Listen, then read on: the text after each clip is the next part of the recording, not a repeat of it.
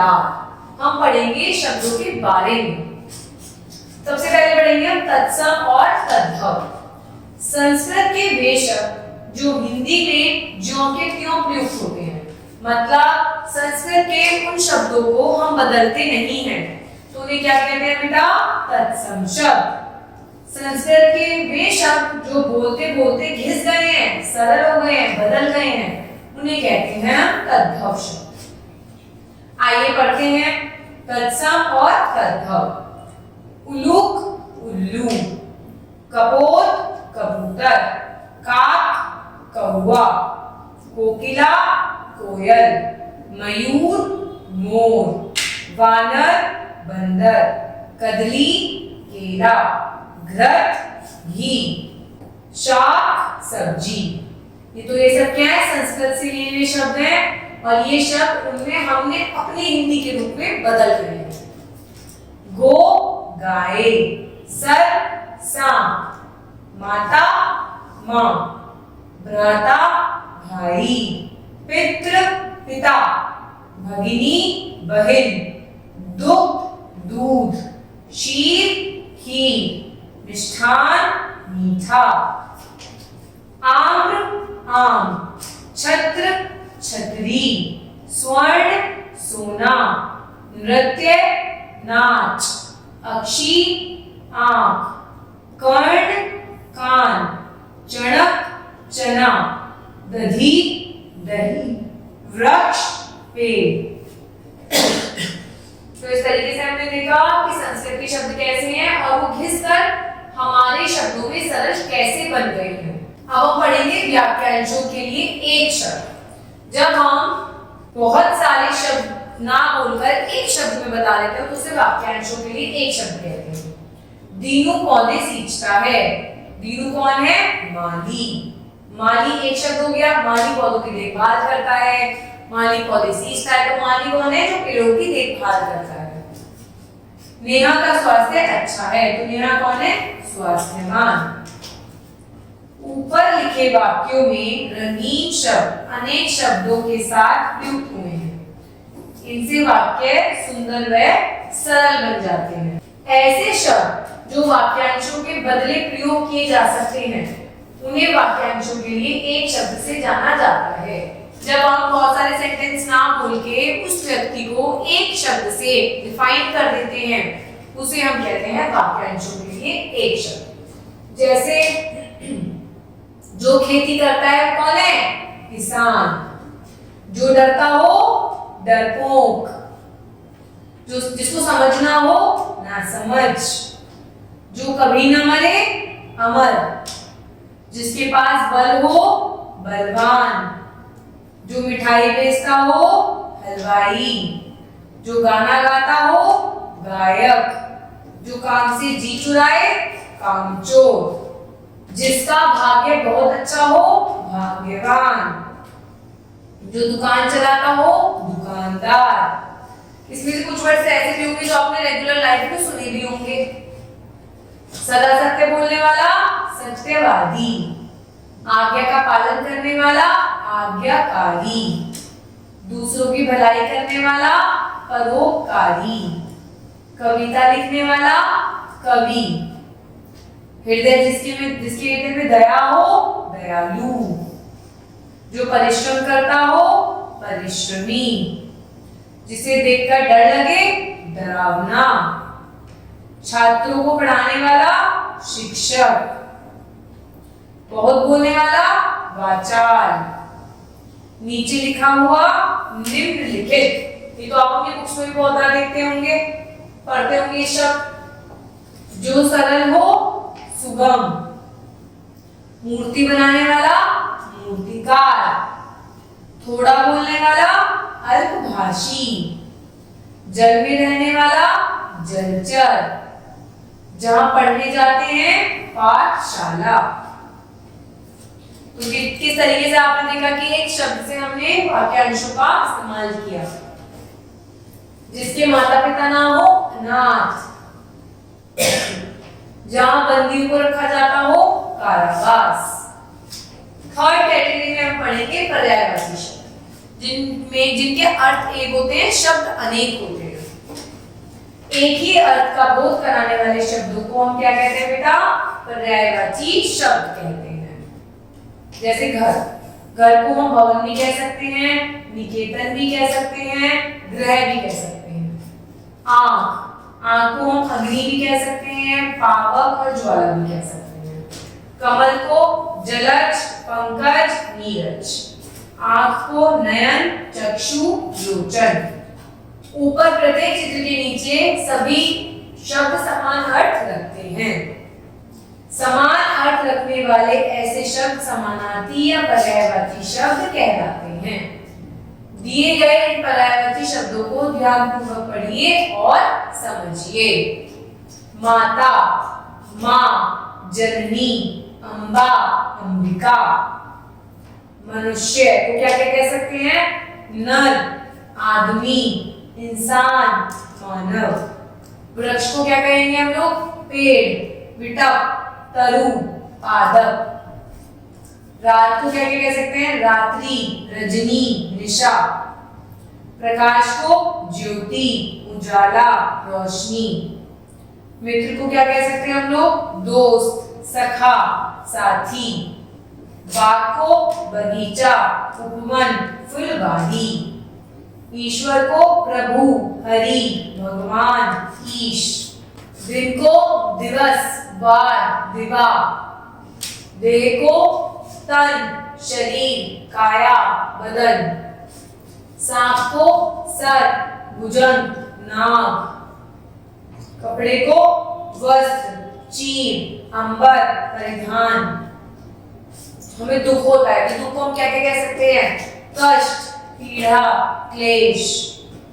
जल को पानी, नीर, पेड़। प्रेम को प्यार, अनुराग, प्रीति।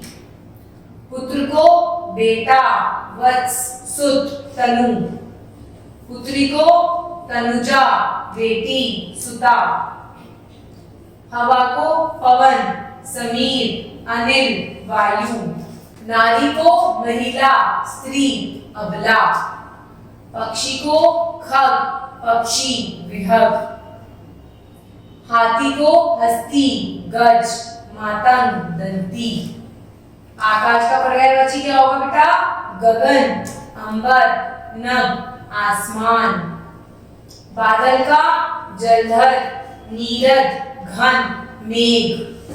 संसार का दुनिया, जगत, जग, विश्व। तालाब का सरोवर, पोखर, सर। धरती का क्या होगा पर्यायवाची? भू, भूमि, धरा, पृथ्वी। चंद्रमा का क्या होगा? चांद, चंद्र, इंदु, राकेश। पर्वत का क्या होगा बेटा? पहाड़, शैल, नग, गिरी। राजा का नृप, बादशाह, नरेश, महाराजा। ब्राह्मण का पंडित, भूदेव, विप्र, भूसुर। सूर्य का पर्यायवाची क्या कहेंगे? दिवाकर, दिनकर, सूरज। समुद्र का सिंधु, जलधि, पयोधि, सागर। नदी का सरिता, तटीनी, सलीला, निर्झरी। फूल का सुमन, पुष्प, कुसुम। प्रातः, सुबह, प्रभात, सवेरा। मृत्यु, मौत, मरण, निधन, देहांत। सिंह का क्या होगा बेटा? हरि, केसरी, मृगराज, नवराज। गुरु को हम कह सकते हैं अध्यापक, शिक्षक, आचार्य। घोड़ा, घोटक, अश्व और तुरंग। इस तरीके से हमने इसके अंदर कितने सारे शब्द देखे। एक शब्द देखा और उसके तीन तीन शब्द और देखे जिनका अर्थ क्या था? बराबर था, सेम था।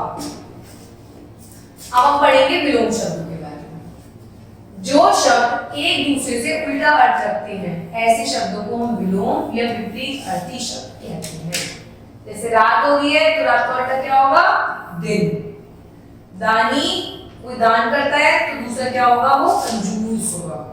जैसे हंसने का रोना, जन का मृत्यु, ऊंचा नीचा, गोरा काला आदि। दिए गए विलोम शब्दों को पढ़िए और याद कीजिए। जीवन का क्या होगा? मृत्यु। सुंदर असुंदर, मंगल अमंगल, पूरा अधूरा, नर नारी, शांत अशांत, आदर निरादर, सभ्य असभ्य, आशा निराशा, आगे पीछे, दुख सुख, घर बाहर, शुभ अशुभ, सुर असुर, हित अहित, चल अचल, परिश्रमी आलसी, पूरब पश्चिम, देश विदेश, लाभ हानि, उत्थान पतन, हिंसा अहिंसा, नया पुराना, बुराई भलाई, कच्चा पक्का, उत्तर दक्षिण, कोमल कठोर, बाहर भीतर, स्थिर अस्थिर, कठिन सरल, सच झूठ। गुण का विलोम क्या होगा? दोष, हल्का भारी, हार जीत, ज्ञान अज्ञान, मोटा पतला, स्वर्ग नर्क, जीना मरना, अंधकार प्रकाश, आय व्यय, आय मतलब इनकम होना, व्यय मतलब खर्च होना, अमृत विष, अमीर गरीब, पतझड़ बहार। जब पतझड़ होते हैं तो क्या होता है? पेड़ों से सारे पत्ते झड़ जाते हैं, और बहार होती है तो पेड़ों पे नए नए पत्ते आते हैं। एक अनेक, जल थल, आशा निराशा, समीप दूर, मूर्ख विद्वान, उचित अनुचित, प्रशंसा निंदा। तो इस तरीके से बच्चों हमने क्या पढ़े? विलोम शब्द। अब हम पढ़ते हैं भिन्नार्थ शब्द। ऐसे शब्द जो ध्वनि में समान परंतु भिन्न अर्थ वाले होते हैं उन्हें आप भिन्नार्थ शब्द कहते हैं। मतलब जिन्हें बोला तो सेम जाता है पर उनका अर्थ अलग अलग होता है। जैसे कुल का मतलब जोड़ भी होता है और जमा भी होता है, पर कुल का मतलब होता है किनारा। तो बोलने में तो देखने में अलग अलग है, बोलने में तो कुल ही कहा जाएगा ना, लेकिन अर्थ कैसे हो गए? अलग। अब नीचे देखेंगे, पढ़ेंगे। माँ मैं खेलने जाऊं, 2 घंटे से पढ़ रहा हूँ, वापस आते समय दादी का सामान भी लेता आऊंगा। तो माँ कहती है नहीं कान्हा तुम अभी नहीं खेलने जा सकते। तो पूछता है क्यों माँ? तो माँ कहती है तुम शब्दों का उच्चारण सही नहीं करते, पहले अपनी बात सही से कहो। अच्छा माँ कहता हूँ, पढ़ना सामान। तो उसने क्या कहा? पढ़ रहा हूँ। क्या? सामान मतलब सामान। तो कुछ शब्द ऐसे होते हैं जिन्हें हम सही तरीके से, जल्दबाजी में गलत बोल देते हैं, पर सही बोलना चाहिए। आपने देखा कान्हा जल्दबाजी में शब्दों का उच्चारण सही नहीं करता, जिससे पूरी बात पूरी तरह से समझ में नहीं आई माँ के। अब हम देखेंगे ये शब्द कंकाल, हड्डियों का ढांचा, और कंगाल निर्धन। कहा से भी जाएगा पर अर्थ अलग अलग हो जाएगा। कुल और कुल में इस वाले कुल का मतलब होता है जमा, इस वाले कुल का मतलब होता है किनारा। खोआ खोया, इस खोआ का मतलब मावा, इसका मतलब खो जाना। गंदा और गधा, गधा मतलब हनुमान जी का गधा, जो हनुमान जी के हाथ में गदा होता है। और गदा कौन होता है? ये जानवर होता है जो बोझ उठाता है। झूठा और झूठा, झूठा कहते हैं जो बचा हुआ भोजन होता है, जितना चाहिए उतना ही लो, भोजन झूठा मत करो। मतलब हमें उतना ही खाना लेना चाहिए, हमें झूठा नहीं करना चाहिए। जब हम खा लेते हैं तो हमारी थाली का खाना कैसा हो जाता है? झूठा हो जाता है। और झूठा मतलब जो सच नहीं बोलता।